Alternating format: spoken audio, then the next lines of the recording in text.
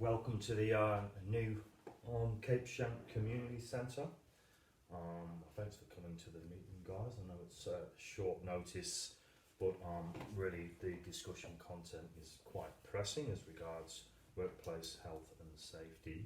Just to make some introductions, I'm Mark Bolton, the manager of the new centre. If you want to introduce yourself. I'm Lucinda Jane, team leader. I'm Kathy, office manager. And I'm Jonathan, a Shire representative. Excellent, thank you.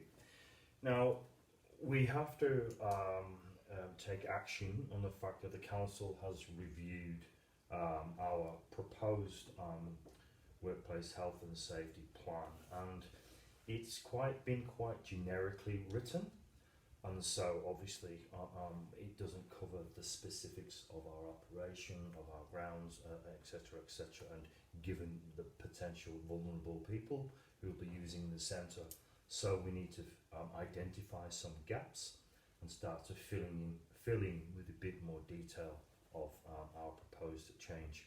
We do have to do it soon. We're opening on February the 15th, and the office hours, as we know, are going to be between 9 and 5. So, given that the office staff we're starting with is going to be Kathy and 2 others in the office area, and Lucinda with overseeing 4 project staff.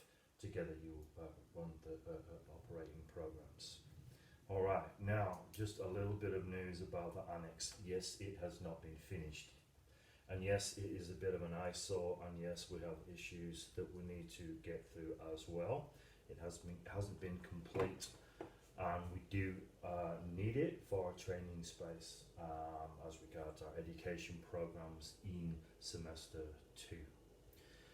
So, just to take a bit of a step back, the WHS policy and the procedures it covered were pretty basic and generic, and as Jonathan has pointed out to me, we need to fill in a little bit more detail. So I'm going to start with our emergency plan, our overall emergency plan. That's where I'm going to start. This is something which is essential to all organisations. This really is not a box ticking exercise. There's a benchmark being set by legal parameters and also by the council themselves. Now we need to get this right, and I've added from the basic emergency plan I put forward, I've added some extra detail. I've attended a collegiate meeting with other neighbourhood houses and community centres, and they've advised me on what to start adding to this. So I've emailed you all a copy of, it's not finished yet, but I've emailed you all a draft of this. Now, what has been finalised is an evacuation procedure. I'm trying to cover all possible emergency management scenarios: fire, flood, bomb threat, an intruder, or somebody, let's say, acting untoward or with ill intentions on the premises. It's because not all emergencies are going to require us to evacuate the building, but I will be covering that in a bit more detail a bit later on. Okay, now just to consider the community centre itself, there's different aspects we need to think about. So we need to start with basics. Let's say if we look at the infrastructure, we need to go around and in more detail identify any hazards. That's just with the infrastructure, the building, the soundness of the building. Now that all the equipment is installed, we need to go right round, room by room, doing an audit. And I think you've done that before, haven't you? Many times, yes. Yeah, okay. And trained other people to do it, Yep. actually. Yeah, fantastic. So I'm putting a checklist together. I'm developing a tool that we can use. And of course, that's the building inside, room by room, the outside of the building, the car park, and of course the annex, which, as we know, is a little bit of a grey area. We'll come back to that. So just some specifics to start identifying some roles. First aid, something that Jonathan's pointed out to me.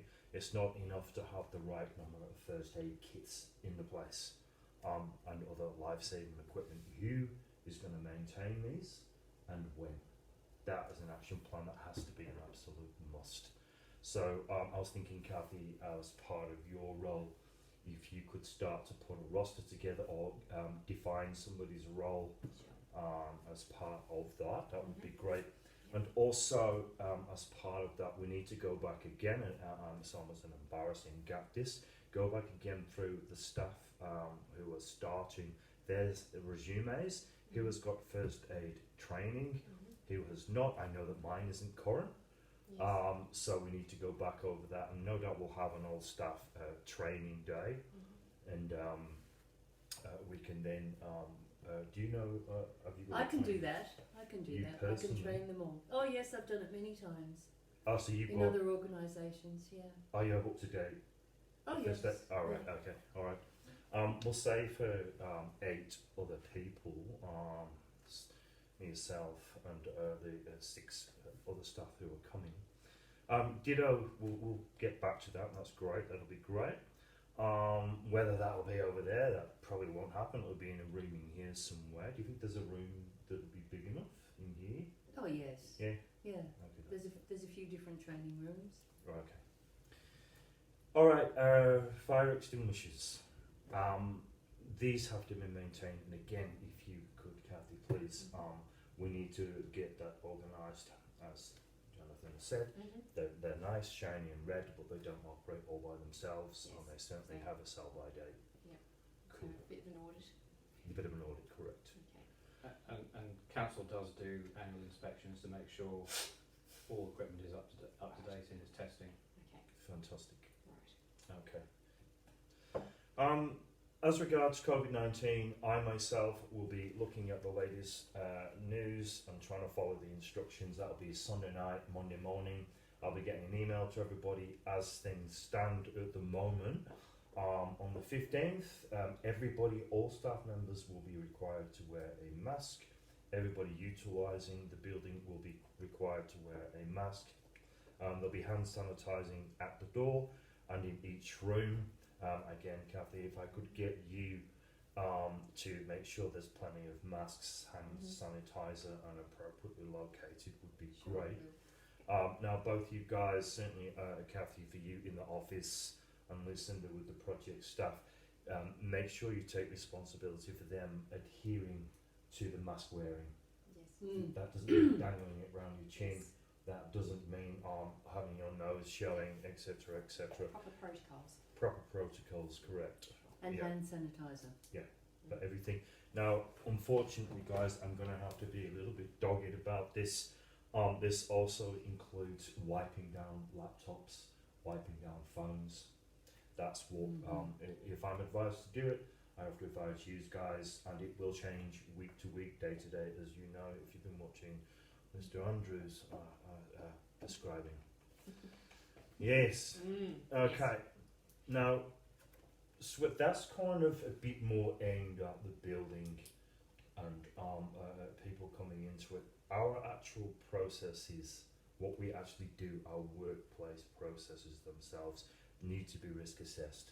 And I can do these initially, and I would appreciate you two guys reviewing these.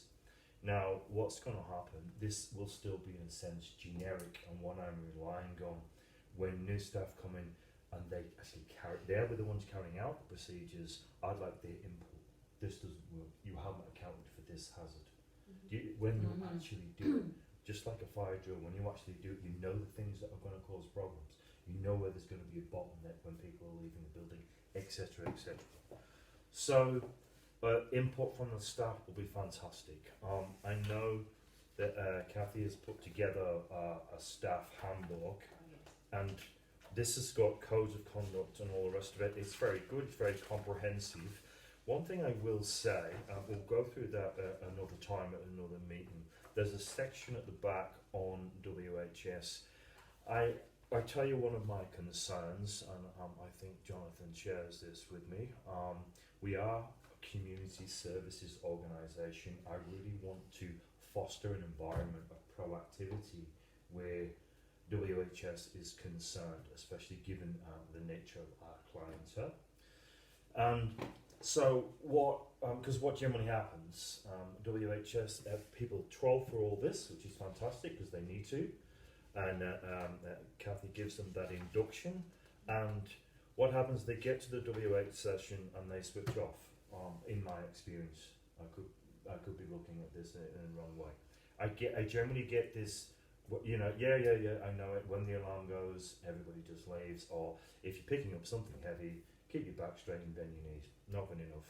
I want people to be very proactive. I want people to be across all the emergency procedures and just get that kind of proactivity, which is probably something that I'd imagine people are onto at the council. Absolutely. Yeah. Absolutely. Yeah. Very important. Now, I do therefore propose a WHS orientation as a separate entity. Something where new staff, it encourages new staff where there's a little package where they have to answer questions, they have to carry out certain processes, they have to do yes. their own mini audit. I can something- do that. Well, that's sort of part of the handbook, isn't it? Really. So Well, I've had extensive training experience, and What we could it's do, all, yeah. You know, it's all there, and you know, Yeah. it's pretty straightforward, and we've just, you know, they just. yes, but as Mark was saying, people need that extra bit drilled Yeah. into them, don't they? Yeah. What we might do is we'll talk about this again maybe a little bit later offline, as it were, and maybe we'll establish some roles associated with WHS, if that's all right. That's all right. Just bearing in mind, I've had lots of Yeah. experience with other organisations in training. In and training, okay. And I've been doing staff handbooks for years, so you know we're pretty thorough with what we know. Okay. Well, strictly speaking, guys, it falls between your two roles in the yes, induction office manager role, yes, training team leader role. We'll come back to it after this meeting, and this is good. This is good because we're nutting out little things that we need to nut out, and one of the main things is people knowing what their role is, what they can be expected to deliver, and what they can expect other people to deliver. So that's fine. We'll come back to it. Now, one of the things that really brought this meeting to the forefront, I got a call off Jonathan, is the annex. Now, I know we've been using local contractors, and they've not been operating strictly within legal parameters, and the council are not happy about this. They've actually had complaints where it's not exactly antisocial behaviour, but there was a chap walking through in a pair of shorts, trainers, bare-chested, with his high-vis jacket wrapped around his head. Yep. So, and also come 4 o'clock, I believe, commonly known as this area as beer o'clock, they all kind of just left the site, and I think the main supervisor wasn't there. So what's happened is they haven't secured it properly, and it was pretty windy. A bit later that time, they haven't secured the boundary fencing in the feet at the bottom, so that blew over, and that's the bit that had the no entry sign on it. So that was down. We had dogs going in there, and a bit of antisocial behaviour around that area, we believe. And so, what my fear is now is that we've already started to attract the wrong kind of image. And so I really want that looked at, as do the council, absolutely immediately. So I will be meeting with the site manager tomorrow at 9 a.m. And we do have a role within this centre regarding that, which I'll express in a second. They have to tighten up their role, certainly, because actually, strictly speaking, though it's a building, it's still a building site. They're supposed to have their own first aid, their own emergency management plan, their own etc. etc. And so, at a very, very minimum, we could expect that staff to be hard hat, steel toe-cap boots, high-vis jacket, and the sign up there: no boots, no hats, no vis jacket, no work. It has to be that back in place, so it looks formal. It doesn't look formal. It looks like guys who are working on it are coming and going. And that absolutely has to stop. And so we have to call it out from within the centre. We're not expected to solve it. That's not what the council is saying. But we have to call it out. And You have to comply with the requirements of council, and as a council owned site, so you have to comply with that. It's just a So guys, you know what I'm talking about. A hard hat, it goes on the head securely. It's not wrapped around somebody's wrist. Yeah. That's not up to us as employees of the centre, is it? No, To it, enforce that. we can't enforce it, but we No. can certainly call it out. Yeah. And that's all I'm getting you guys to do. Okay. Steel toe cap boots, you can usually tell the difference between steel toe cap boots and trainers. So those three aspects. Look, it's personal protective equipment.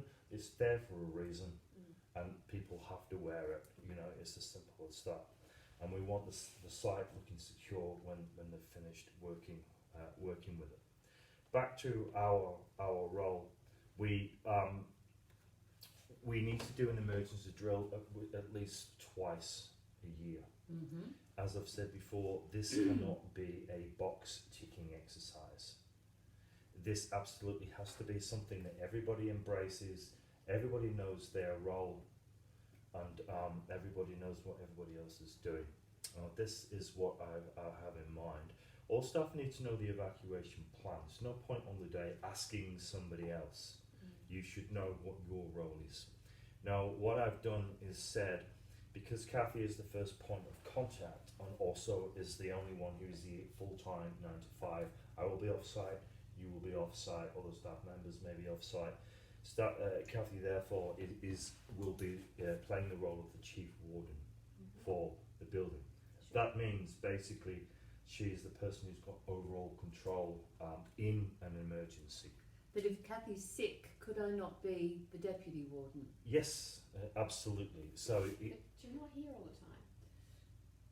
No, but for when you're not here, then Okay. I could be. But there might be perhaps someone else in the office that, who's around that is here on more of a regular basis. all right, again, we'll discuss roles later. We're still nutting out the specifics of this, and again, fantastic. This is why we're here. This is why we are here. Our common interest, our common goal is basically to foster an environment of proactivity regarding WHS. Fantastic. But some of us are not here all the time. We can't do the job in that case. Fine, cool. I'm just going to go through a procedure just to outline it. Now, I hope this doesn't come to a shock for you, Kathy, but you'll be required in the event of emergency, let's say like a fire where an evacuation is needed, you will need to don a white helmet on a high No, that's vis fine. jacket. Been there. Yeah. Done that many times. Yes. You're Yes. not concerned about your Not hair being No, that's fine. compromised. Fine. Okay. No, we're all about procedure. Okay, so what you'll be required to do is notify all other staff of the emergency Yes. and instruct them immediately to commence evacuation of the building. Yes. That will trigger in all staff Mhm. by the time we finish with training and the orientation. Mhm. That will trigger them to go straight into a process they're very familiar with. Mhm. You will also notify the emergency services, Mhm. maybe detail the address, type and size of the fire. Mhm. You will also try and make sure each of the area is clear of people, and also make sure the roll call is done immediately once we have gathered in the assembly evacuation area.